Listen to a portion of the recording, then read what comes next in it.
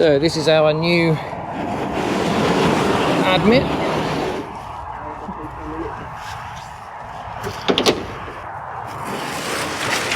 Okay, just pop him on the floor for 2 seconds.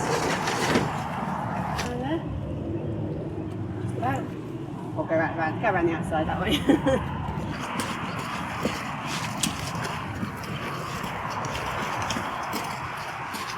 So with a new admit, we just take them in to the stores, which is where we have our weighing machine.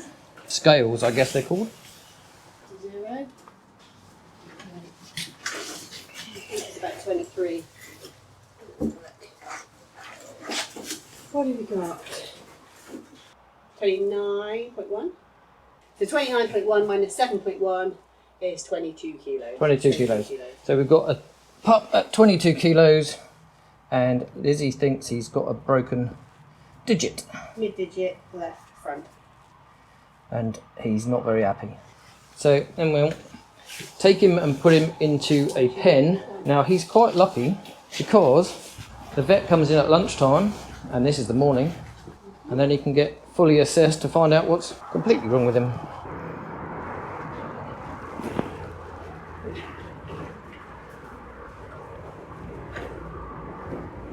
See his digit. Mid-digit.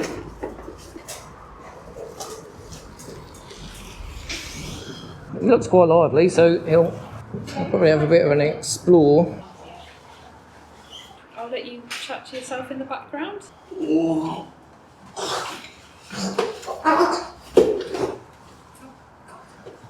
Ah, he's a twister.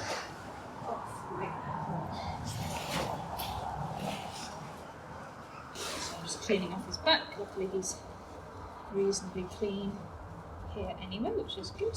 Put him in the right place.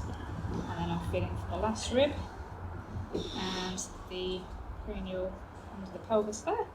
I'm going about halfway between those 2 points, and then I can feel a notch there between L3 and L4.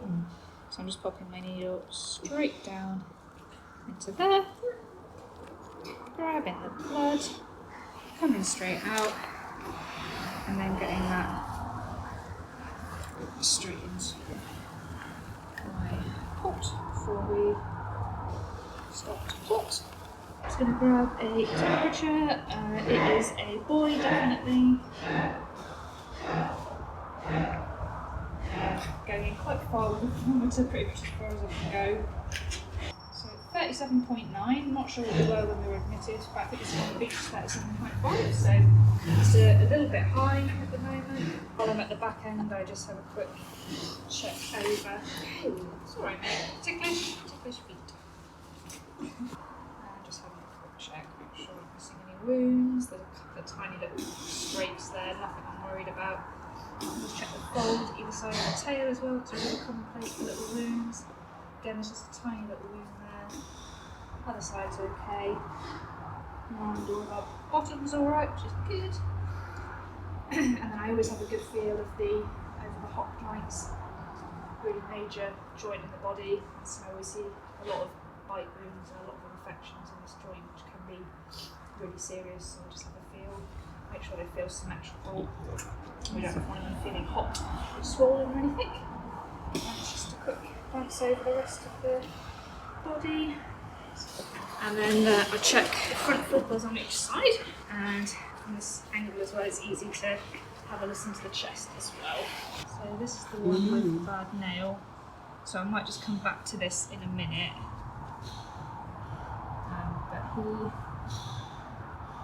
was obviously a bit reluctant to grip my hand, which is surprising because that nail looks really sore. But otherwise, other than that bad looking nail, everything else looks okay. Just gonna have a quick listen. I've got a nice steady retina up.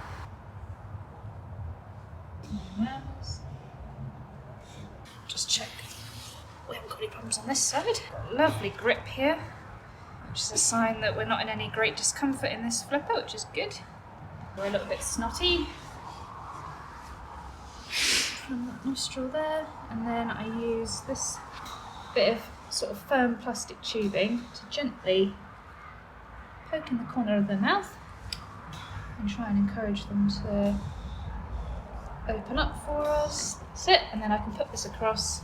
It doesn't hurt him, and it means that I can have a safe look around his mouth without risking my fingers. And just put his head down a little bit for me a sec, sorry. So he's got an ulcer behind his lower incisors there, which is a really common place for them to have an ulcer. Don't know why, but it generally heals up well on its own. And I'll just get you to lift his head up. And just, we're going to use the other end of the tube to have a little gentle poke around. That all looks nice and healthy, really. So there's just a couple of little areas of ulceration. Can I have this back now? Alright, and then we can have a look at the eyes as well if you're ready for that bit. So for this bit we fold the towel forwards, kind of flip it over the head. So Alison's still got control of the muzzle, but it means that we can have a little look at the eyes. Just visually inspect them. They're both open, there's no squinting, no signs of oedema or an ulcer. Nice and comfortable, no discharge. Okay, good, thank you. So yeah, it's just that digit that I'm going to sort of focus in on now. Really well separated actually. This is really loose.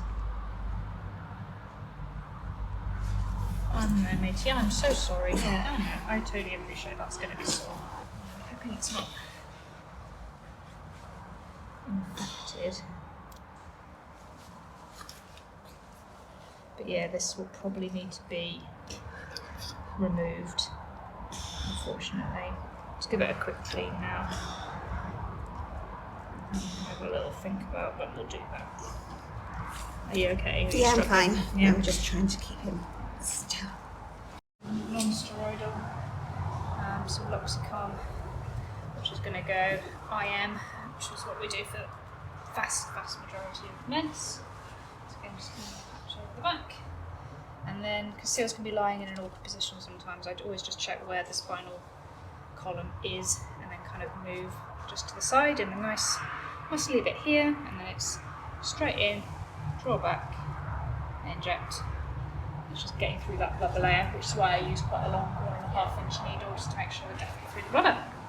Okay, let's leave this chap to have a break for a bit, shall we? Something like that for a moment. Just while I have a clean blood machine. I'll show you. So I've run the blank for the day. Press run, and it literally tells you to make sure your sample is nicely mixed, make sure we haven't got any clots. Is there something special in those little files that stops it clotting? Yes, so there's something called EDTA in this particular type of blood tube, which is an anticoagulant, so it stops the sample from coagulating. Does seal's blood coagulate quickly? Yes. On purpose? Yeah, it does clot really quickly, and I think it's just because there's a really high density of red blood cells in the samples. They have a much higher density of red blood cells than other mammals do, so that's to do with their diving physiology, and obviously the fact that they want to be able to store as much oxygen in their blood as possible because they have lots of red blood cells, and their red blood cells have a really high amount of haemoglobin that they can carry around as well. I think just the fact that there's all those cells in there, I think makes the blood kind of stickier, I guess, in a way. But that's why we try and get the sample run reasonably quickly. Can you explain in layman's terms what the machine does? So this is a haematology machine, so this is looking at red blood cells, white blood cells in the blood, and platelets as well. So red blood cells are the cells that are to do with carrying oxygen around the body, so it will tell us if there's an anemia or anything like that. Then we have the white blood cells, which are the cells fighting infection, dealing with the inflammatory response. So that's what we're looking at a lot of the time in the seals, because a lot of them will come in with wounds that are infected or respiratory infections. And then the platelets are to do with blood clotting, which we'll look at as well.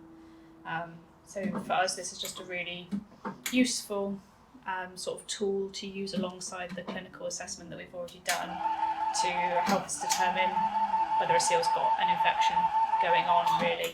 But we can't rely on this completely. It's we have to use it alongside what the seal actually looks like and how they present as well. So, but it's another tool in there. Yeah, In the it's arsenal incredibly of- useful to have, and particularly because we can then follow trends. So we can take a sample in a few days, see if those white blood cells are going up or down, and maybe adjust what we're doing in accordance with that. So it is really, really useful. And you can see it's pretty quick. We've just sat here having a quick chat, and it's pretty much nearly done now. So we'll see what it says. Lovely.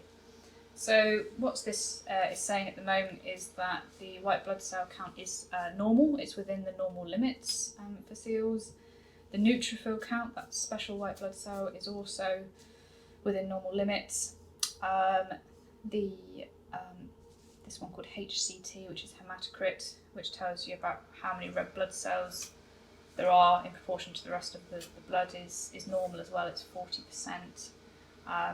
There's a couple of very, very slightly off readings here, but I'm not too worried about those. So generally this is a normal blood sample for this seal, which helps me a little bit because I was umming and ahhing about whether to use some antibiotics because we have got a bit of snottiness there, a bit of sneezing, and obviously we do have this loose digit as well. So for the moment this means I might just hold off because this is indicating maybe we don't need to do anything right now. I'm happy that he's had some pain relief, which is going to take the edge off that claw, and then we'll see how he goes otherwise. But all in all, he looks, on the analysis of the machine, he looks like a fairly normal seal. Yeah, and I think looking at, now I've done his assessment as well, if he'd been on the beach and not had the problem with his claw, I definitely would have just left him be. But that claw is potentially going to cause him issues, so I think it's right that we try and get that sorted before he goes back out. So that's a run through of what our vet does for admitting a seal pup. Admittedly, this one is quite a large seal pup, and if he hadn't got that digit being loose, then he probably would have been left on the beach. But that digit has a real risk of turning septic, which is why the decision was made to bring him in. And it looks like, all being well, I mean, he's got good bloods, as you saw. All being well, that digit will probably get removed, and then he'll quite quickly move through the rehabilitation system and back out into the wild where he obviously wants to be. So if you did enjoy the video, please hit a like. If you would like to subscribe to the channel, please do so. It doesn't cost you anything and it really does help us. Thank you very much for watching, and I'll see you next time.